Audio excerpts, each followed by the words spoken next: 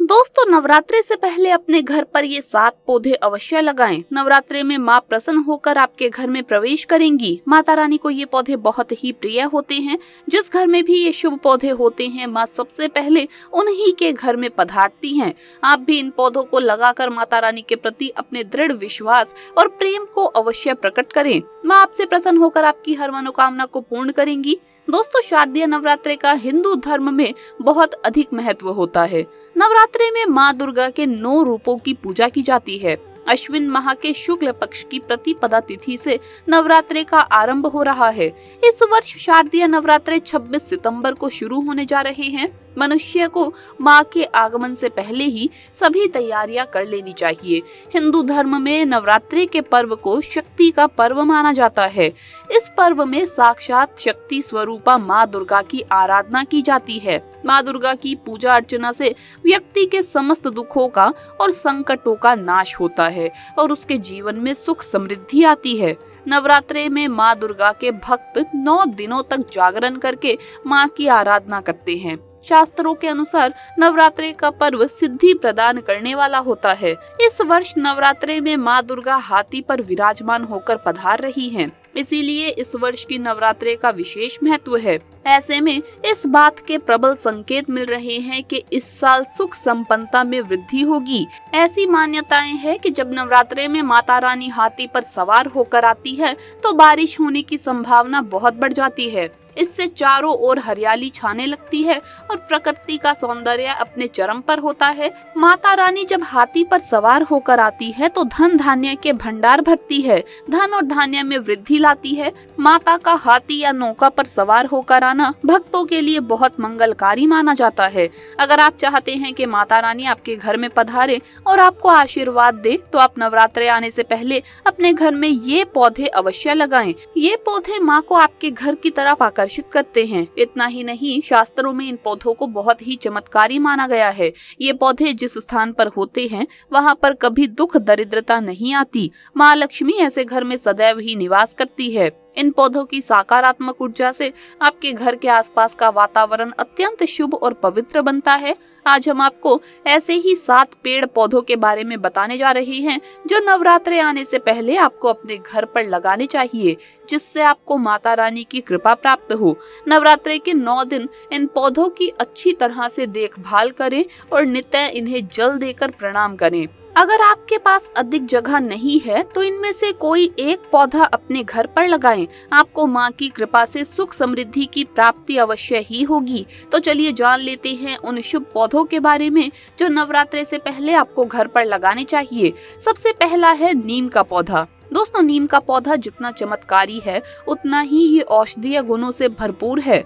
माँ दुर्गा को नीम के पत्ते अत्यंत प्रिय होते हैं। नीम के पत्ते माता के क्रोध को शांत करते हैं।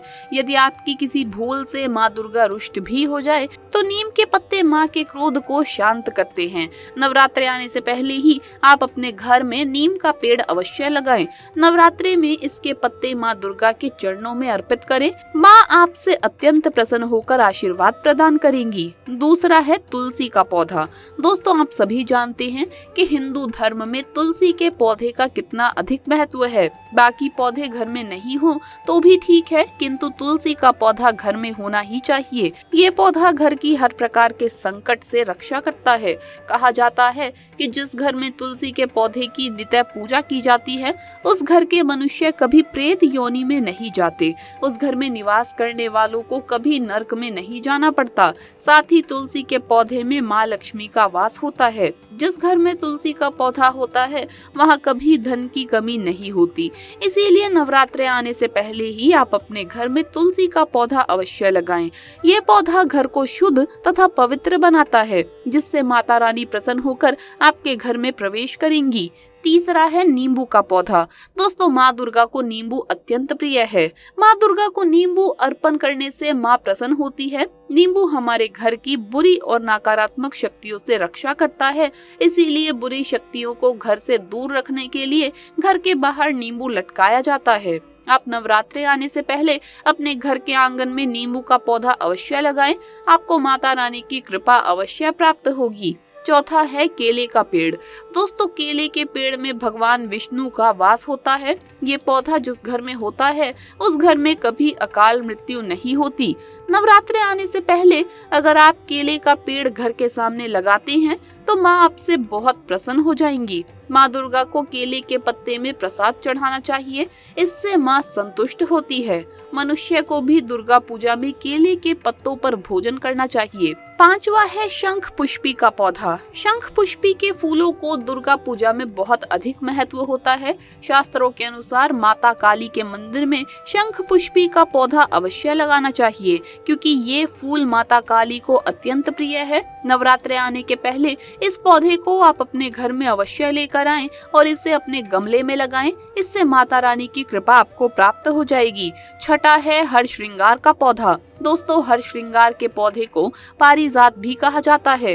इस पौधे की उत्पत्ति समुद्र मंथन के समय हुई थी। माँ दुर्गा को पारिजात के फूल अत्यंत प्रिय हैं। भगवान शिव की आराधना के लिए पारिजात का वृक्ष स्वयं सर्वलोक से धरती पर आया था। माँ पार्वती को पारिजात के फूल अत्यंत प्रिय हैं, इसीलिए नवरात्रे से पहले ही आप इसका पौधा अपने घर में अवश्य लगाएं। माता रानी प्रसन्न होकर आपके घर में पधारेंगी। सातवां है बेल का पौधा। दोस्तों, बेल पत्र भगवान शिव को अत्यंत प्रिय है। माँ पार्वती बेल पत्र से भगवान शिव की पूजा करती हैं, इसीलिए जिस स्थान पर बेल का वृक्ष होता है वहाँ पर शिव पार्वती निवास करते हैं। इसीलिए नवरात्रे आने से पूर्व अपने घर में बेल का पौधा अवश्य लगाएं, माँ की कृपा आपको प्राप्त होगी। तो दोस्तों, आप भी नवरात्रे आने से पूर्व अथवा नवरात्रे में अपने घर में इन 7 में से एक पौधा अवश्य लगाएं, माता रानी की कृपा आपको अवश्य प्राप्त होगी। इसके अलावा दोस्तों, कुछ बातों का ध्यान भी आपको नवरात्रे के दौरान रखना जरूरी है। आइए जानते हैं नवरात्रे के दौरान कौन सी वो गलतियां हैं जो आपको नहीं करनी चाहिए।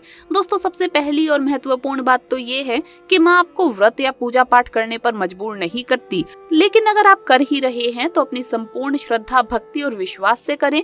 माँ की आराधना करते समय मन में किसी भी तरह की शंका या दुर्भावना बिल्कुल भी ना रखें, क्योंकि जिस मन में शंका या दुर्भावना होती है वो मन शांत नहीं हो सकता और अशांत मन से पूजा पाठ करने में कोई भी तुक नहीं है। मन में माँ के प्रति हमेशा सम्मान की भावना रखें। दूसरी बात, नवरात्रे में किसी भी प्रकार के अपशब्दों का प्रयोग अथवा गाली गलौज, झूठ, चुगली, बुराई, ऐसी बुरी बातों को मुंह से निकालने से बचना चाहिए, क्योंकि जिस मुख से हम माता का पवित्र नाम स्मरण, मंत्र जाप और आरती इत्यादि करते हैं उससे निकलने वाले शब्द भी पवित्र होने चाहिए। तीसरी बात, नवरात्रे में हर तरह के मांसाहार और तामसिक आहार तथा शराब और तंबाकू आदि का सेवन कतई नहीं करना चाहिए, क्योंकि इससे मनुष्य का अपने मन और मस्तिष्क पर नियंत्रण नहीं होता।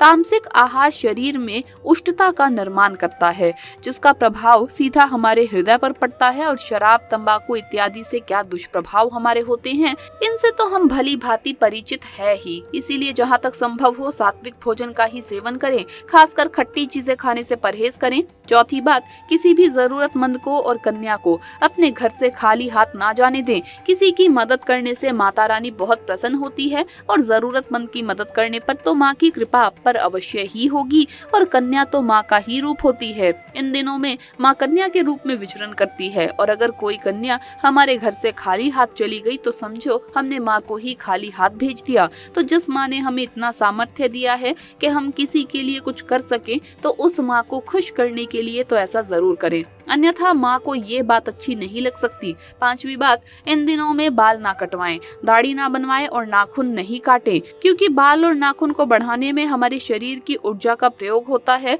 और इस समय उपवास आदि करने वाले लोगों को शक्ति की बहुत आवश्यकता होती है। छठी बात, चमड़े की वस्तुएं जैसे बेल्ट, पर्स इत्यादि के उपयोग से बचें, क्योंकि इसे पशुओं को मारकर बनाया जाता है, जो माँ को कभी भी अच्छा नहीं लगेगा। सातवीं बात, कलश या अखंड दीपक को यदि आप घर में रखते हैं तो उसे छोड़कर घर को बंद करके जाना नहीं चाहिए। कलश जो कि हमारी आस्था का और माँ के सम्मान का प्रतीक है, अगर किसी कारण या किसी घरेलू यानी पालतू जानवर के धक्के से गिर जाए तो ये हमारे लिए बड़ी मुसीबत बन सकता है। वहाँ पर माँ विराजमान नहीं होती, और वहीं अगर जलता हुआ दीपक गिर जाए तो घर में आग लगकर अनचाही दुर्घटना भी हो सकती है, क्योंकि दिए को बुझने से बचाने के लिए हम इसमें ज्यादा तेल डालते रहते हैं। इस बात का विशेष ध्यान रखें कि नवरात्रों के 9 दिनों में दिन के समय सोना नहीं चाहिए और पति पत्नी को नवरात्रि के पावन दिनों में पवित्रता का ख्याल रखते हुए दूरी बनाकर रखनी चाहिए। तो दोस्तों, आपको ये वीडियो कैसा लगा हमें कमेंट्स में जरूर बताएं। इस वीडियो को लाइक करें, अपने दोस्तों के साथ शेयर करें और हमें सब्सक्राइब करना ना भूलें। जल्द मुलाकात होगी अगली वीडियो में। जय माता दी।